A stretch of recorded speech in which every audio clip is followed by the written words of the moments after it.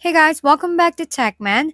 Today, let me show you how to crossplay GTA 5 online PC and PS5. Here's how to understand GTA 5 online crossplay. GTA 5 remains a hugely popular game across multiple platforms, including PS5, Xbox, and PC. But many players wonder if online crossplay is supported. Officially, GTA 5 does not support cross platform play. This means players are limited to their platform ecosystem. Xbox users play with Xbox, PlayStation users play with PlayStation, and PC players stick to PC. However, there is some cross generation support within the same console family. For example, PS5 players can join PS4 sessions, and similar compatibility exists across Xbox generations.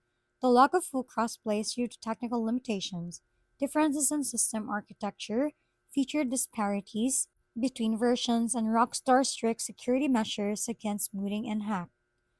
While Rockstar has not announced any plans for official crossplay, some unofficial workarounds exist that players can explore, though this comes with caution. So while true cross-platform GTA 5 isn't available, knowing your platform's limits and options ensures a smooth online experience.